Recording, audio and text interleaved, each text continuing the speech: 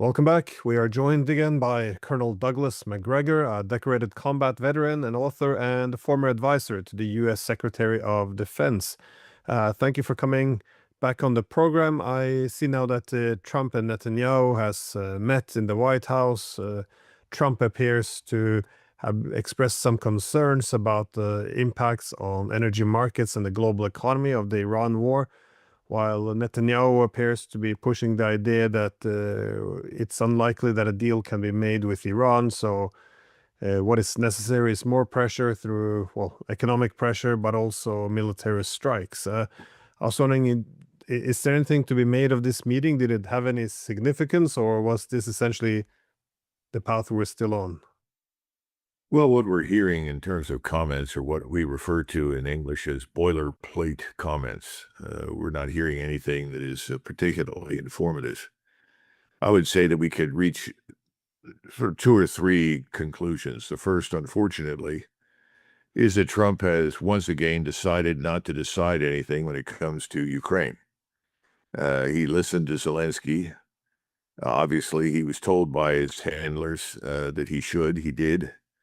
And they seem to have had an amicable meeting during which Zelensky wants to license the production of Patriot missiles in Ukraine, which will never happen. But by the time they did that, Ukraine won't exist anymore, in my estimation.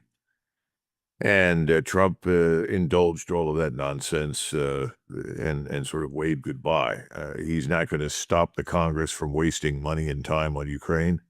So he's just not going to decide anything. It's disappointing, but I think this is something the Russians have become accustomed to. When you turn to Netanyahu showed up and I think privately said what he's always said. Now, today in the Wall Street Journal, there was an article about a 2-week plan that has been developed by Admiral Cooper that would result in another massive missile and bombing campaign that would theoretically have different results. And we continue to hear rumors about the use of ground forces, particularly against Karg Island and potentially Chabahar on the south coast of Iran. So I think whatever disagreements they may have had, I don't think there's any change in the larger direction strategically.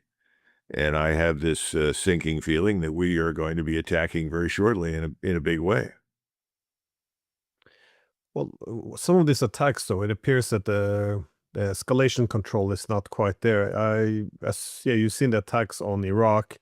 I mean, this can have a lot of unforeseen consequences. The involvement of Yemen now in the war as well is deeply problematic. But, especially the folks, well, there's a lot of countries involved here. But which is it that concerns you the most now? I thought that the Iraq one, I think, is underestimated how bad this can go. But again, I'm not the expert here. Well, I think we can conclude that a couple of things are underway, one of which is this is a regional war now. This is no longer limited to Israel and Iran and the United States. It has spilled over into, as you point out, Iraq. The Popular Mobilization Forces there, the PMF, are very loyal to the Iranians that stood by them through the Civil War and virtually from the beginning of our intervention and occupation. They have their eyes on Kuwait, frankly. I think Kuwait will cease to exist when this war ends. It'll become part of Iraq.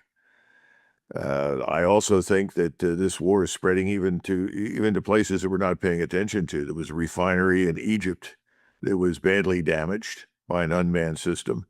We're not quite sure where it came from. That could have come from Iraq or any number of places. Could have come from the Houthis. Al-Ansara is now in control of the access to the Red Sea. Iran controls access to the Persian Gulf. This basically is a clear and unambiguous message that the United States Navy no longer controls either of those, and for that matter, is no longer the dominant force they claim to be. I think the second piece, and this is the most important part, and this is what I think troubles Trump more than anything else. The loss of control over the flow of oil, the destruction of the global energy complex, those things are important. But to Donald Trump personally and to his inner circle, what's at stake right now is the survival of American military, political, and economic hegemony. That's what it's all about. You'll recall all these silly remarks about the rules-based liberal international order. Well, that thing was concocted in the aftermath of Bretton Woods and the International Monetary Fund, World Bank, the instrumentalities that were supposed to be helpful and good for people in the world, and people bought that for a while, and they finally realized, as Charles de Gaulle predicted, that everything that was being developed was really a Trojan horse for American hegemonic power. Well, that's true. And what has happened over the last 30 years, as the Russians have noted and others, is that this hegemonic power expanded, and it's reached a point of intolerability. In other words, people just won't tolerate it anymore. And the acid test for this military hegemony has been Iran. And the United States Armed Forces thus far have lost. And so for all intents and purposes, the world has concluded that the world they lived in of American military, political, and economic hegemony is over. So what is Trump really doing? Trump at this point is really fighting a rearguard action. He's trying to save whatever he can of this hegemony. The reason he went back to war after signing the MOU is that he finally realized, look, the MOU is unambiguous surrender of U.S. military hegemony. I can't afford that. I can't allow it to happen. Now you have all sorts of people saying, well, if this is allowed to stand, if we cannot defeat Iran, then others will challenge us. And years ahead, we will be targets. Iran will strike us, and all this kind of crap. The possibility that most of the world will get on with itself, especially in the Eastern Hemisphere without us, doesn't seem to occur to anybody.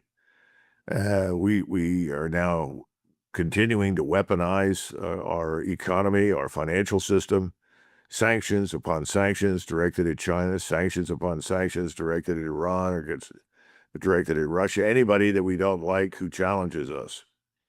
It's a dead end, Glenn. So I think we are rapidly approaching a turning point.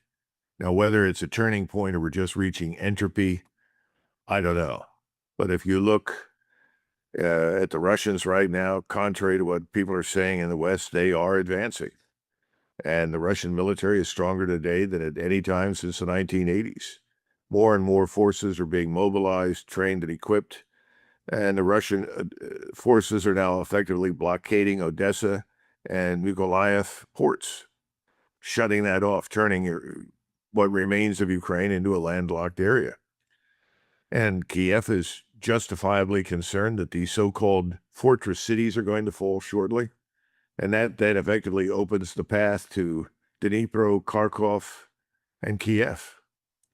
So Zelensky is worried. His government is decomposing, firing people left and right, people resigning, leaving. And at the same time, we've actually privately said to the Russians we'd like to talk, and apparently Minister Lavrov has said no thanks, because he sees no evidence that we're really interested in bringing an end to the war.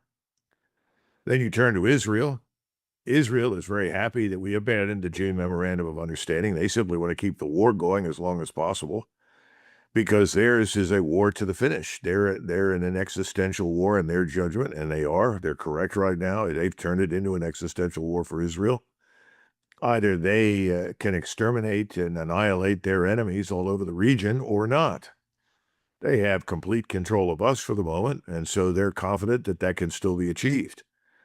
I'm not so sure it can, but that's what they think. And as long as we are obedient and do what they tell us to do, I guess you could say they're going to continue. So we're in for another massive air and missile strike scenario, another offensive. And the White House remains what I would call an Israeli or Jewish lobby policy-making center. And so that's why I say Trump listened, and I think Trump is going to obey. At the same time, we're still in a fight with the Chinese. Now, the potential for war there has receded. Everyone, months ago announced that we didn't have enough missiles and enough capability to attack China, and if we did, we'd lose it. For some reason, nobody bothered to say the same was true for Iran. So This is a catastrophic outcome for Trump. And the other thing that Trump, I don't think, is aware, maybe he is, but we're now beginning to see the emergence of a new axis. We talk about these axes all the time. Well, there's only one axis in the West and the Middle East. That's the Israeli-American axis. But when you look east, you have a growing axis that I would say consists of Russia, China, Iran, and I would add Turkey. Because even though the Turks have not yet engaged, they are on the very edge of doing so. And the population there is overwhelmingly in support of striking back against this Israeli-American axis in the Middle East. I think Erdogan has waited as long as he possibly can and will continue to wait, but he wants to be in on the end. It's sort of like the Battle of Waterloo, which was largely a German affair with a few British troops, contrary to popular belief. Prussians, Hanoverians, and Germans from everywhere. And of course, the British. And then suddenly at the end, imagine the Austrians and the Russians and others showing up. Well, I think that will be Turkey at the end of this thing. Because Iran had to do two things. The first was survive. It's done that. It's demonstrated it cannot be destroyed. And it's going to continue to attack because the second goal for Iran, having survived, and they weren't sure that they would. They spent 20, 30 years preparing, but they were never completely sure. Now they know they're going to survive, is to drive the American military presence completely out of the region. And that's going to happen because we can't protect our own bases, let alone any of our partners. So that's going to be achieved. And at that point, this new axis that I just described is going to dominate. It's going to dominate the Middle East. It's going to dominate Eastern Europe, perhaps Western Europe, because people in Western Europe are looking at this and saying, well, why should we sign up for the United States? It's no longer the leading economic power. It no longer has the same political influence. Financially, it's brought us to ruin. We're part of this Western scam, recirculate all the dollars back through New York City, fund our massive debt so that we can continue to live well. Europeans are saying, what are we doing this for? And then finally, there's the military dimension.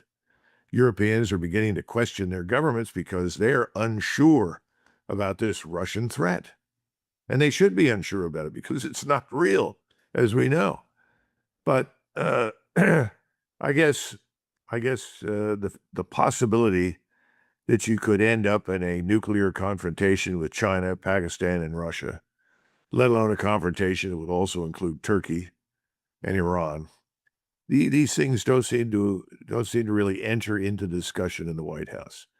And I think that's because right now, everything that is being done in the White House, everything that's being done on the Hill, is seen through the lens of the Israel lobby and the fight for Jewish supremacy in the Middle East, as well as in the United States and the West.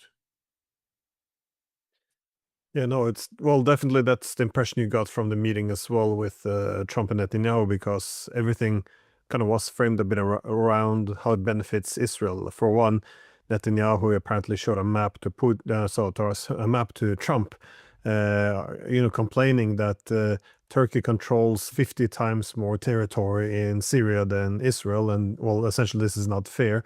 They want their larger spoils of war. And also with this nuclear deal between the United States and Saudi Arabia, Trump had apparently reassured Netanyahu that this would depend on Saudi Arabia normalizing relations with Israel. But again, this would put some proliferation pressures on Iran as well. So it looks as if a lot of poor decisions are being made to serve Israel. But how stable is now the situation for the Israelis? Because there's a lot of this reeks of desperation. Well, of course it does. It's kind of interesting, though, because it's very reminiscent of the meeting in January of 1941 between Molotov and Hitler in Berlin. Molotov requested the meeting and came in with Stalin's demands. Not Stalin's recommendations or requests, Stalin's demands. Stalin demands control of the Bosporus, control of the Dardanelles. Stalin demands control of these areas in Romania and Bulgaria that adjoin the Dardanelles. Stalin demands control of Finland, you know, and Hitler sort of sat there and said, "My God, these people are crazy. They're threatening the whole world." And it was a very unsatisfactory meeting. Now, subsequently, some smart people on the German general staff tried to make the point that let Stalin do what he likes. If he does that, he'll be at war with the British Empire and everyone else because they can't accept these things. And that would work to our advantage. But foolish Hitler said, no, we have to defend civilization, the West, against the Soviets. Imagine that. The rest is history. You got a war. The problem I have with this meeting that you're just describing is Zelensky and Netanyahu are joined at the hip. They're both supported by the same groups of people. Let's be frank, the same groups of people that want to essentially denude the populations of the Middle East of Muslim Arabs and Christian Arabs and replace them with Jews are the same people that want to do something similar to Russia. So they are backing the Ukraine mess. And the bad news is that we don't seem to want to recognize that, and we're not willing to stand up to it because those same forces own everyone. Literally. I mean, how do you turn to people that have given you hundreds of millions of dollars, who have enriched you, who've helped you to win elections, who've kept you in power, kept you in office, even though their policies, many of them are really distasteful, both domestically as well as in foreign policy? I don't know. But I fear that this meeting is going to lead to a widening of the war, just as the meeting in January of 41 led to catastrophe. I think these meetings in Washington did not solve any problems. It didn't take us off the path of disaster. It's keeping us on it. And all we have to do is look at the global energy complex and look at the global economy, and we know that all of those things are plunging into the abyss. People here in the United States, and I think in Europe, don't realize we haven't even begun to feel the effects of the disrupted energy complex. It's going to get a lot worse.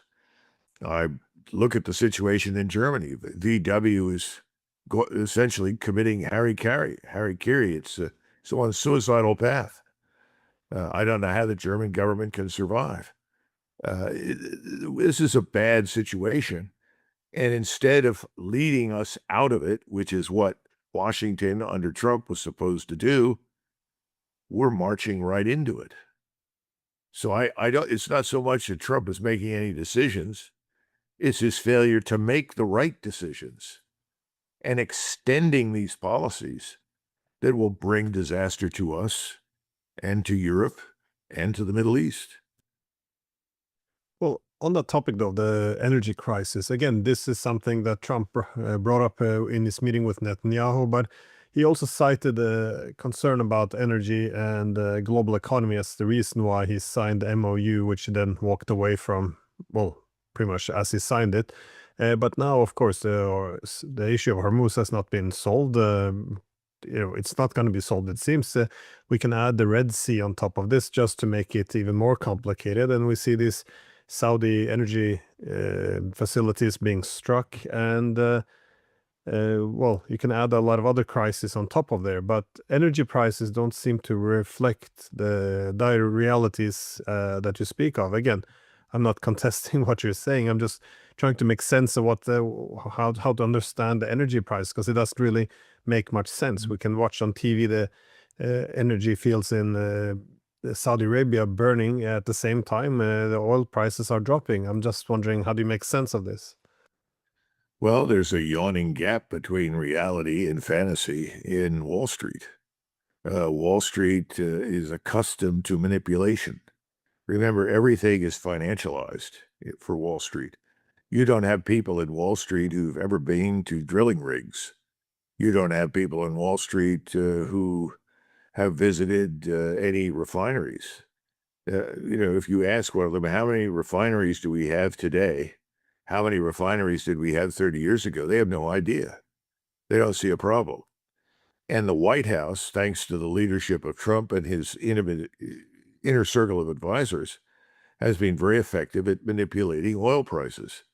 But we know, for instance, that the cost of oil coming off a ship right now is about $140 a barrel. But that's not the paper price. This is all going to change. In other words, what you have right now, what's the right word? We talk about latency in communications of the military. That, as a result of the structure of your communications, orders or information or intelligence take time to arrive at a location. It's not instantaneous. Well, that's what you're dealing with right now in the oil market. So if you listen to Jeff Curry or somebody like Pilkington and others who have years of experience in the oil industry, they're all saying the same thing. Yeah, you're right. The reality hasn't caught up yet, but it will. And when it catches up this time around, it's going to be awful. Weeks ago we said, well, if President Trump steps out of this or puts an end to it, there's a chance we could get out of this with minimal damage. Two or 3 years, we could return to normalcy. But where we're headed right now, it'll be a decade or more. And everything is going to change. I mean, when you listen to the Iranians and others in the Middle East who are fundamentally opposed to us and Israel, they all say the same thing. Sykes-Picot is over. In other words, the structures of the past that were formulated at the end of the First World War are going away. We're going to live in a new Middle East, and it's not going to be one dominated. It's not going to be the Greater Israel Project. It's not going to be the United States. It's going to be indigenous.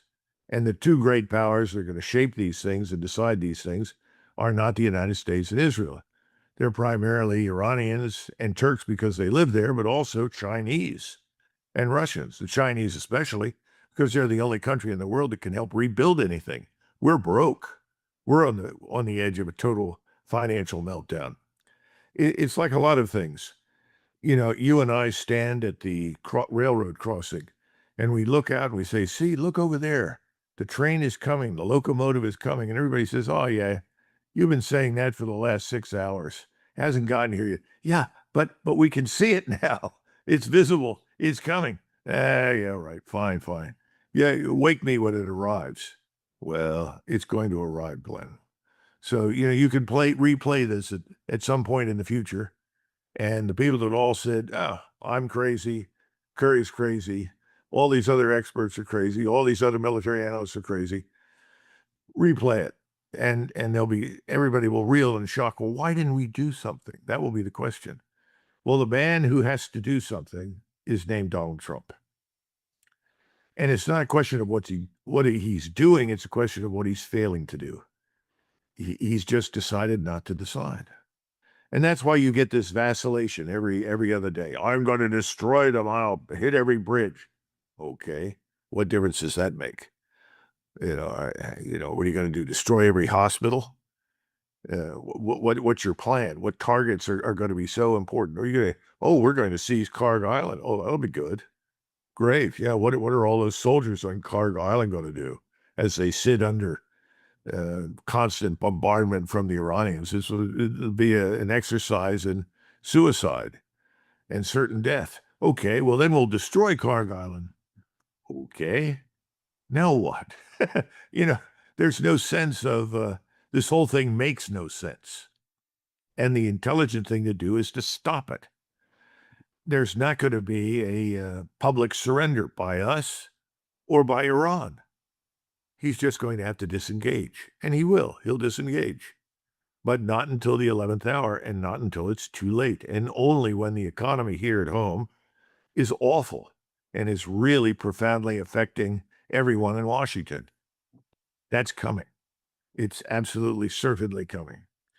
So I don't know what to tell you, except that President Trump does not fully appreciate the limits of American air and naval power. He never understood that our military power was always structured for relatively short campaigns against opponents like Afghanistan, Iraq, Syria, Africa, people without air and missile defenses, let alone operational strike capabilities in the form of ballistic missiles.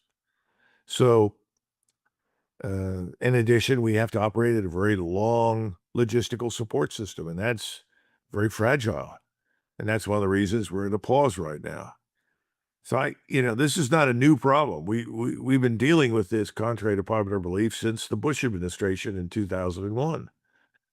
But that's where we are, and Trump has never understood it, and he's now going to pay a terrible price for it, I predict, politically. On your analogy, though, of the approaching train, there's another predictable disaster which nobody appears to want to acknowledge, which is the pending Russian victory. That is, I see, despite all evidence, our political media establishment still holds on to the narrative that the tide is turning in Ukraine and NATO's favor. But we now see, yeah, key territory collapsing. We see this speech by Putin, in which he has seems very confident. We hear from Moscow that they're quite angry and ready to take the gloves off. They have no trust more in diplomacy, which means that they will go for a very brutal victory instead. And I guess in this context, we now see General Surovikin, also known as General Armageddon, being reintroduced. I was wondering, what do you read into this? Well, the last few days, we've had a speech by Putin to a very large audience inside the Kremlin, and another presentation with veterans, primarily naval officers, as I understand it, based on the uniforms. They were both important because President Putin signaled, that things are about to change. He pointed out that to this point, we have moved very methodically, deliberately, for various reasons. Obviously, this is probably the man in the history of Russia that has been most concerned about Russian lives of anyone I can think of over the last 1,000 years, which is a credit to him. But he pointed out that he said, I have had to be very cautious because of the economy. I wanted to preserve the structure of the economy, the standards of living, our prosperity. And we had to accept the fact that the buildup to the point where we are now with the kinds of forces that we have and capabilities would take time. He said, we've accomplished all those goals. We're doing very well. Frankly, all these sanctions that people in Washington love because they feel noble and moral for doing it are irrelevant and have had little to no impact on anybody. People have all learned how to circumvent these sanctions and get on with life, especially Russia. And he said, I've talked to veterans and they said, we need to be more bold. In other words, let's get on with this. Let's crush this enemy and be done with it. Then the next day he spoke, or I guess it may have been later on that day, he spoke with these veterans and he went further and he said, perhaps not this week or tomorrow, but sometime soon, these lands in Western Ukraine will probably end up being Polish, Hungarian, Romanian, again, Slovakian. A lot of people became very upset over that, and you had the Poles say, oh no, we want nothing to do with that. But in truth, he's going once again back to something that we in the United States ignore at our peril, and that is history and culture and language and people, identity. And I remember during the Kosovo Air Campaign, there was a question that came up about why both Serbs and Croats were so opposed to the rebuilding of a mosque in Banja Luka. And so I asked one of the German general staff officers, who incidentally is now a major general, he may be retired by now, very able man, and I said, help me out. I don't have time to research this myself, find out what the issue is. And he did, came back, wrote a very short paper, only a couple of pages long, handed it to me the next day, and sure enough, it turned out that the Banja Luka Mosque had been erected with the money that the population of Eastern Slavonia had collected to buy back the head of an Austrian nobleman who had commanded the defense of Eastern Slavonia against the Turks. This was in the early 1600s. And the sad part was that this particular man had been commanding that area for years. Everybody in Eastern Slavonia loved the man because he protected them from the Ottomans. and he unfortunately was killed in battle. And the Turks cut his head off and took it back, which they like to do, and sent it to the Sultan. And then said, if you want to bury this man, in with his full body, you're going to have to buy the head. So they collected several, pounds of gold and bought it. That gold paid for the creation of the mosque in Banja Luka. And the answer I got back from the people above me, the Americans at Supreme Headquarters of Light Powers Europe, says, well, this is ridiculous. That happened 300 or 400 years ago. Who cares about that? That doesn't mean anything. I said in the Balkans, that was yesterday. We don't understand Europeans. And so when President Putin made his comments, he was telling the truth. Most of what we call Ukraine was part of Polish Lithuania. In fact, before this, we were talking about Minsk. I have not been to Minsk, but there used to be a giant column that stood in Minsk, and it said in 3 languages, "Here begins Lithuania." Well, not anymore. But I'll guarantee if you go to Lithuania, the Lithuanians are well aware of that. And Polish Lithuania dominated Ukraine, is what we call Ukraine. And when he says that Ukraine was not a nation state, he's not wrong. It was more of a region. And it was usually fragmented or split between the East Bank, West Bank, or what they used to call right bank, left bank Cossacks. It's a very complex part of the world. But his point is, the people that are living on the terrain now today in many of these areas are not Ukrainians. And I know especially the Hungarians that are living there would very much like to rejoin Hungary and get out from underneath the Ukrainians. I'm sure some Poles feel the same way.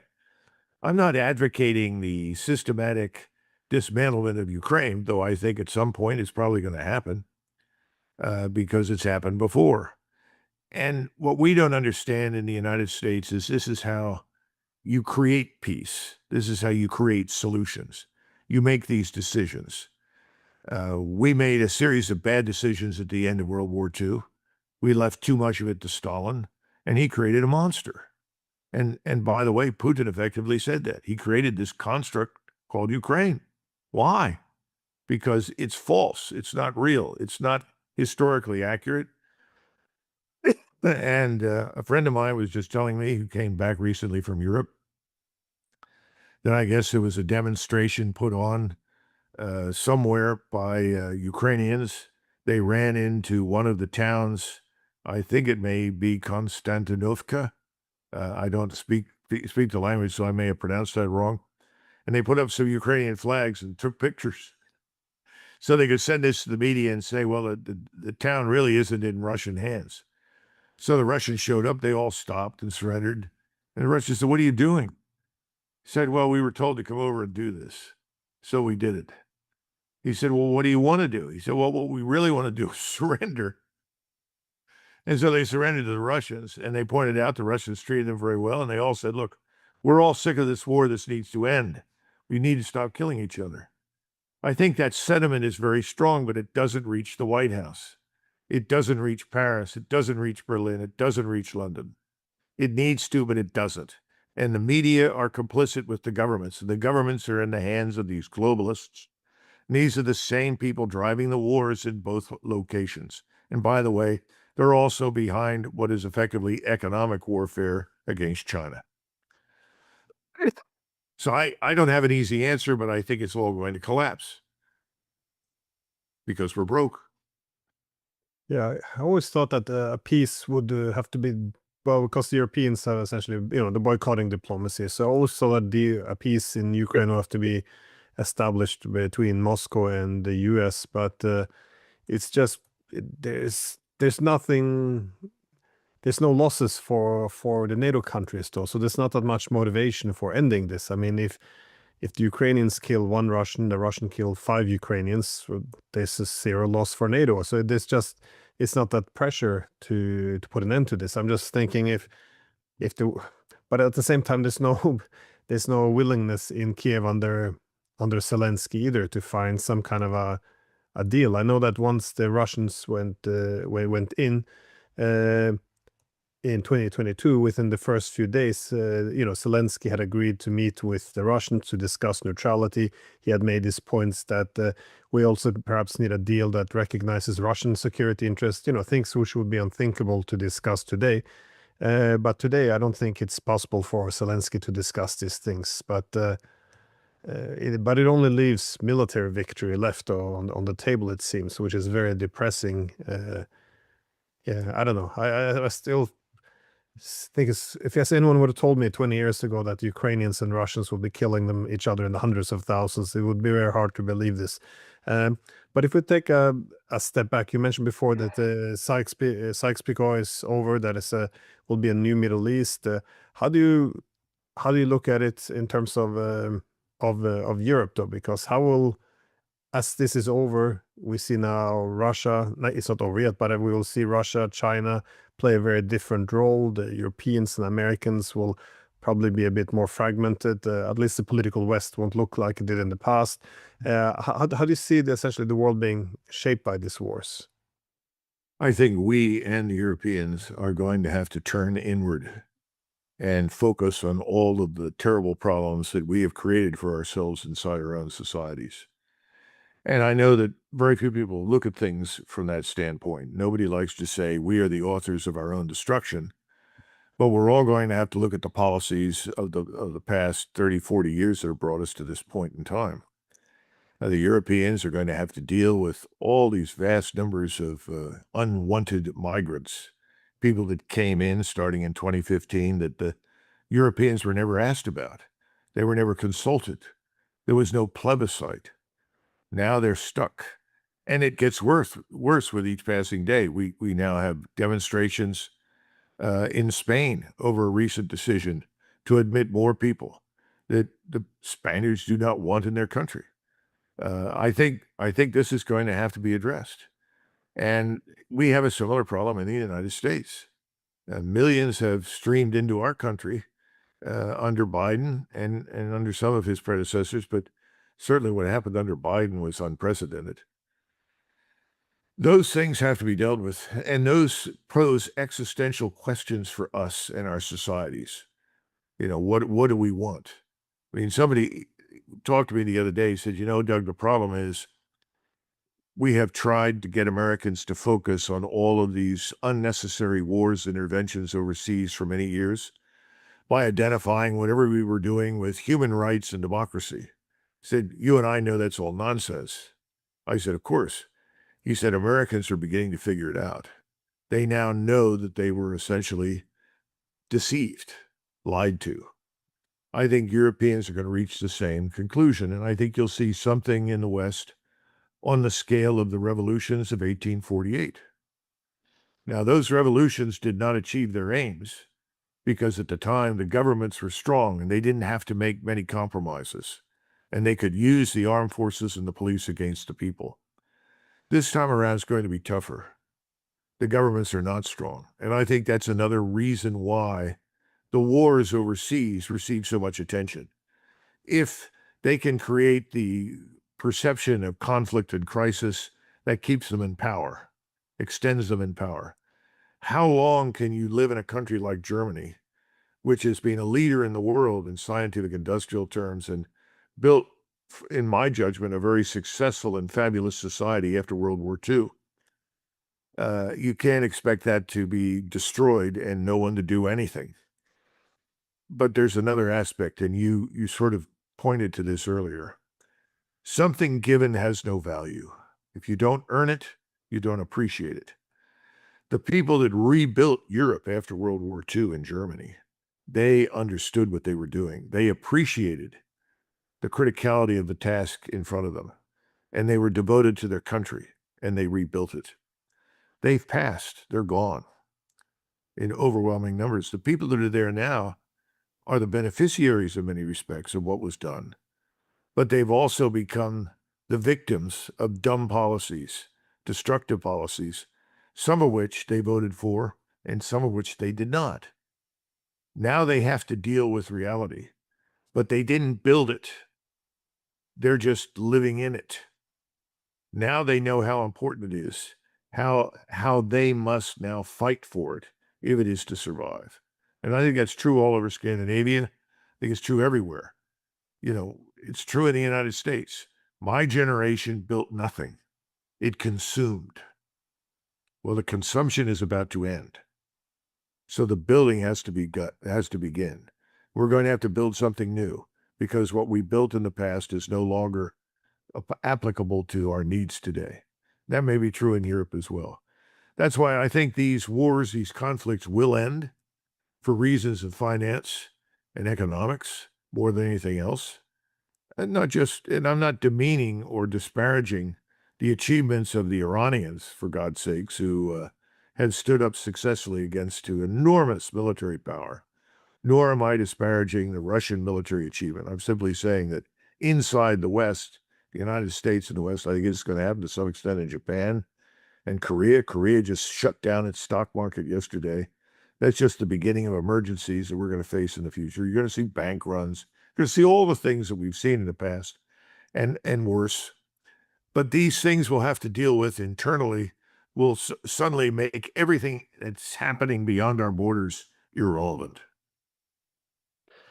Yeah, no, that's a good point. This the external conflicts do distract us now, but again, that fits in with what you said before about this train collapse because the economic crisis it can't really be avoided anymore.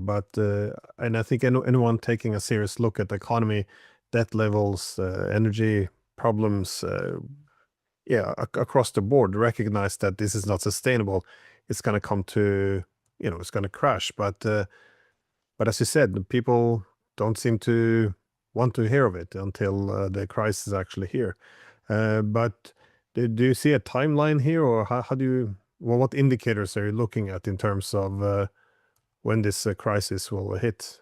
Well, I sat in a discussion the other day with some very bright people talking about AI.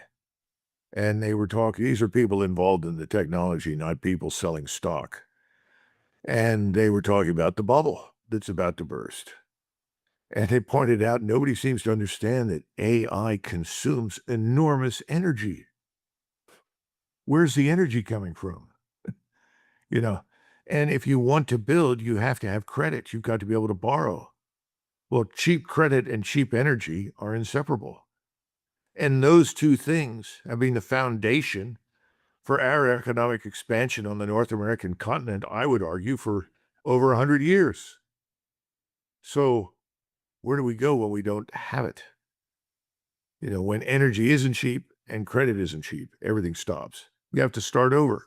So I think that's coming. Timeline, I think we'll know by Christmas. We'll see a lot of these things come to fruition this fall. And from that point onward, it's just going to get worse for a while.